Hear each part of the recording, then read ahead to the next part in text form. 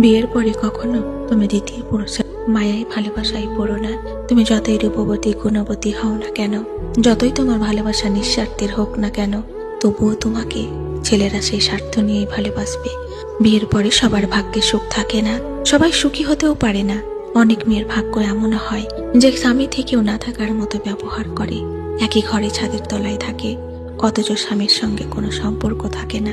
তাই বলে তুমি যদি মনে করো যে দ্বিতীয় পুরুষকে ভালোবেসে আমি দ্বিতীয়বার সম্পর্কে পা রাখবো, দ্বিতীয়বার কেউ তোমাকে ভালোবেসে আপন করবে, তোমাকে সংসারের সুখ স্বামীর ভালোবাসা দিবে, তো এটা তোমার ভুল ধারণা।